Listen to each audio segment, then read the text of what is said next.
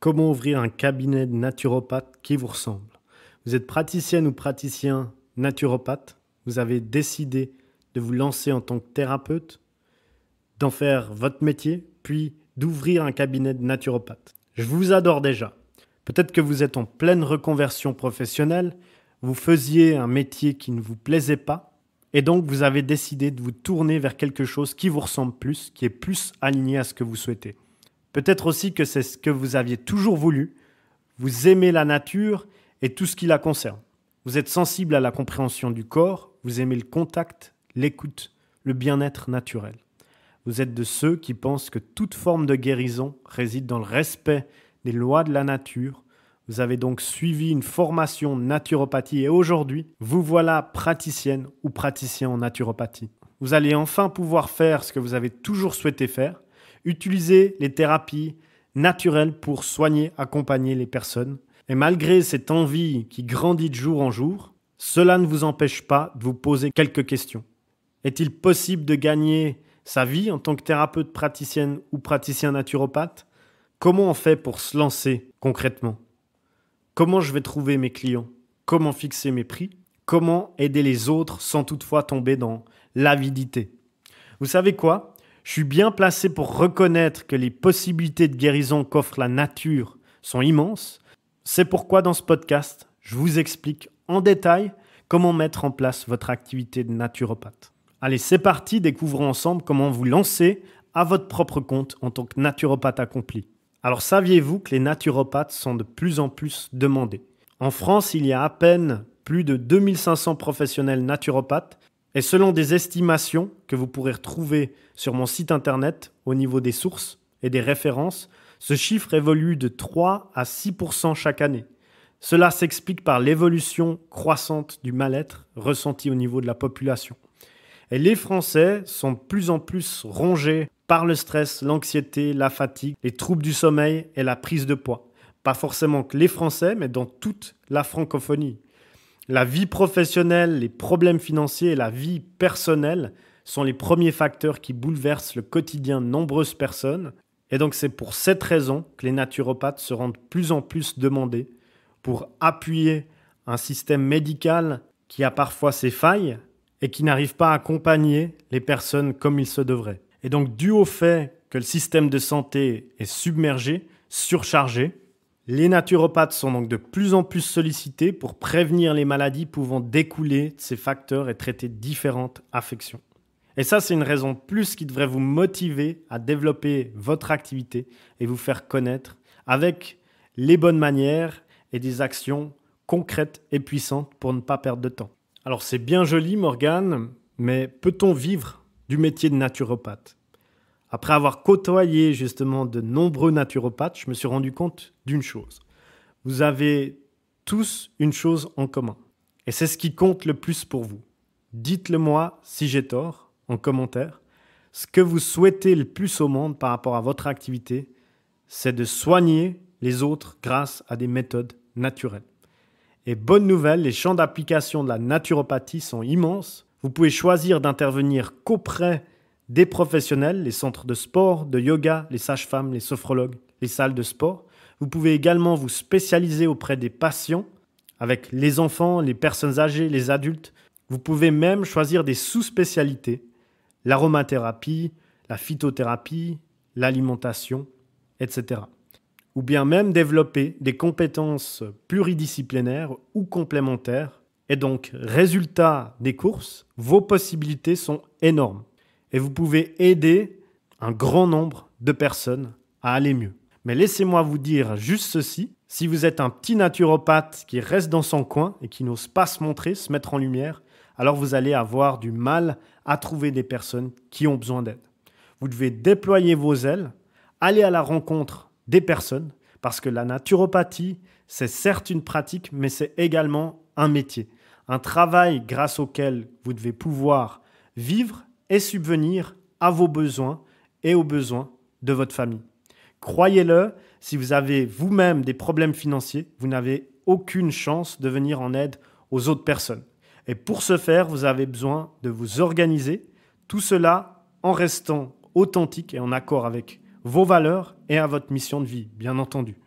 Et tout commence par un lancement qui se fait de la bonne manière.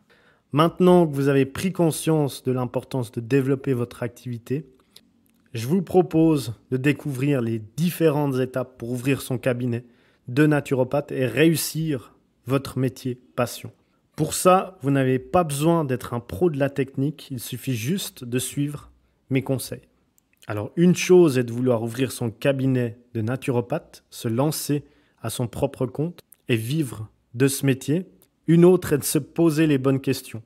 Comme vous le savez déjà, le naturopathe n'établit pas un diagnostic médical, mais réalise plutôt un bilan de santé ou de vitalité. C'est une médecine non conventionnelle, comme je la définis dans d'autres podcasts ou bien articles de blog, qui est basée sur des techniques naturelles. Ici, le traitement vise à rééquilibrer l'organisme via des méthodes et l'utilisation de produits naturels. Et la première chose à faire est donc de vous familiariser avec le jargon de votre pratique. Savoir quel langage utiliser pour ne pas tomber sous le coup de la loi. De plus, vous avez vos propres valeurs et votre propre personnalité. Votre concept devrait refléter qui vous êtes, ce que vous comptez apporter à vos clients. Autrement dit, vous devez vous positionner. Donc, posez-vous la question suivante. Comment souhaitez-vous être reconnu ? Pourquoi les clients devraient choisir votre cabinet plutôt qu'un autre ? Il est venu le temps de penser à votre concept, à votre identité. Ne soyez pas un naturopathe de plus, soyez le naturopathe de votre ville. Créez une activité en accord avec vous-même, soyez authentique. Cherchez ce qui vous rend unique et intégrez-le à tous vos supports de communication, sites internet, réseaux sociaux, affiches, etc. Je vous invite donc à prendre du temps dès maintenant à répondre à cette question. C'est une question qui peut prendre du temps, réflexion, et ensuite continuer le podcast. Le moyen le plus simple de répondre à cette question, c'est en fait de ne pas avoir peur de se limiter et penser spécialisation. Choisissez les spécialités dans lesquelles vous vous sentez le plus à l'aise et où vous pouvez faire la différence comparé à d'autres personnes. Et une fois que votre projet est bien défini, vous pouvez analyser un peu ce qui se passe autour de vous, dans le marché dans lequel vous vous situez et rédiger votre business plan. Faites une étude de marché pour vous installer en tant que naturopathe. Je vous ai déjà donné une idée simple du marché de la naturopathie en France. À vous maintenant d'aller un peu plus loin dans votre réflexion, en profondeur, avec vos recherches. Vous pouvez commencer par exemple par l'analyse du marché du bien-être en général dans votre pays, puis celui de la naturopathie. C'est cette étude de marché qui vous permettra en fait de connaître ce qui se fait chez la concurrence. C'est aussi le moyen d'identifier votre clientèle, votre patientèle. Et c'est également au terme de cela que vous réussirez à déterminer le tarif de vos prestations accompagnement. Habituellement, les tarifs évoluent entre 50 et 100 € la consultation, mais vous n'êtes pas obligé de faire comme tout le monde. C'est ce que je montre généralement dans la méthode agenda complet où on vient établir une offre irrésistible, un accompagnement beaucoup plus puissant où on sort du paradigme du tarif horaire ou du tarif unitaire pour venir transformer la vie de nos clients, des patients, des consultants, avec la valorisation qui va avec. En fin de compte, c'est votre expertise, c'est vos clients. À vous de faire le choix qui vous convient le mieux. Dans cette partie-là, il sera également question de communication, du comment approcher vos potentiels clients. Et ce que je conseille ici, c'est tout simplement approcher vos potentiels clients et posez-leur des questions. Ça peut être des sondages, ça peut être des entretiens ou des échanges informels. Recueillez les avis et remarques des personnes autour de vous, parlez de leurs besoins et attentes. Et je peux vous garantir que ça vous aidera à affiner votre projet. Vous saurez comment organiser votre cabinet, quel type de client vous souhaitez avoir, combien vous aimeriez gagner en moyenne par client, combien de temps durant les séances, etc. Ouvrir son cabinet de naturopathe à domicile ou à l'extérieur. Ici, il est question de choisir l'endroit où exercer votre métier de naturopathe. À quel emplacement ouvrir son cabinet. Et ici, le choix est assez grand. Vous pouvez soit le faire à domicile, soit à l'extérieur. Vous pouvez également partager un cabinet avec d'autres thérapeutes. Vous pouvez même consulter uniquement à domicile. Chaque emplacement présente ses avantages et inconvénients. Votre choix sera en fonction de votre situation actuelle, de vos objectifs et de vos moyens financiers. Et là-dessus, j'y suis allé en détail dans un autre podcast, mais également sur un de mes articles de blog. Donc n'hésitez pas à consulter mon site internet. Quand on va se lancer, on peut aussi se demander mais quel matériel pour mon cabinet ? Après le local, il faut penser justement au matériel. Les plus importants, un ordinateur pour numériser vos notes, le mobilier, un terminal de paiement, un site internet, une assurance. Mais en ce qui concerne le local et le matériel, et ça c'est souvent négligé, c'est le fait de penser à l'atmosphère que vous souhaitez créer dans votre cabinet. Et cet élément, ça va un peu plus loin, mais c'est ce qu'on pourrait appeler votre marque personnelle. Et c'est pour moi, selon l'atmosphère qu'on définit, qu'on doit justement acheter ou choisir le matériel, la décoration pour son cabinet. Pour moi, l'ambiance qui se dégage de chez vous sera très important pour donner une première belle impression à vos clients. Concernant la forme juridique et les démarches administratives, et s'il y a beaucoup de questions concernant cela, le choix du statut juridique, c'est ce qui va venir concrétiser votre projet. Là encore, il y a plusieurs possibilités qui conviennent à la naturopathie, micro-entreprise, EIRL, SARL, EURL, SAS, SAU, etc. Et chacune a son lot d'avantages et contraintes. Le plus simple ici, ce serait de commencer sous le régime de micro-entrepreneur pour réduire les risques malgré les efforts administratifs. Cependant, la question est d'une importance capitale car c'est ce statut juridique qui influencera ou qui impactera votre fiscalité et votre régime social. Là-dessus, il y a de nombreuses ressources sur Internet qui donnent beaucoup plus de clarté sur les formes juridiques à choisir dans son pays. Vous pourrez par exemple retrouver certaines références dans mes articles de blog sur mon site internet.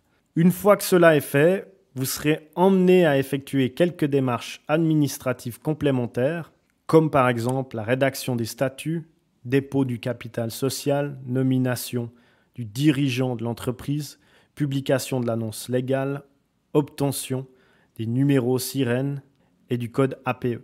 Donc ça, c'est pour la France. Le métier de naturopathe n'est certes pas réglementé, mais il vous faudra fournir un certificat de formation dans le domaine. Mais alors Morgane, c'est quoi le secret de la réussite dans la naturopathie ? Ce que j'aime le plus chez les thérapeutes praticiennes et praticiens avec lesquels je travaille, c'est comment ils arrivent à se différencier des autres. In fine, c'est la chose la plus importante. Et cela passe par plusieurs principes, reconnaître son expertise et sa capacité à aider les autres. Et ici, pas de recette magique, la confiance en soi est la clé de toute réussite. Ne pas prendre l'argent comme un sujet tabou. Vous vendez une expertise, une approche et vous devez pouvoir être à l'aise avec cela. Se faire connaître sur Internet. Beaucoup de naturopathes ont du mal à assumer leur visibilité, mais vous devez reconnaître que c'est l'endroit où vous avez le plus de chances de rencontrer des clients et avoir un impact dans cette vie qui est puissant et qui touche un très grand nombre de personnes. S'ouvrir au monde est le dernier des principes pour une belle réussite, c'est de s'ouvrir au monde. Un naturopathe qui réussit ne reste pas dans son coin. Il organise des événements, établit des partenariats et communique de différentes manières. Je sais à quel point la naturopathie peut aider des personnes à aller mieux, à se détacher de souffrances, de douleurs, d'un mal-être qui les suit depuis beaucoup d'années. Je sais surtout comment cela peut aider à prévenir les maladies les plus courantes de notre société. Et dans ce podcast, j'ai voulu mettre l'accent sur l'importance de développer une activité de naturopathe. Parce que votre réussite servira à aider des centaines d'autres personnes. Et moi aussi, j'aimerais y jouer ma petite part de colibri. C'était donc un plaisir de partager avec vous dans ce podcast. Je me réjouis déjà de vous retrouver dans un prochain épisode.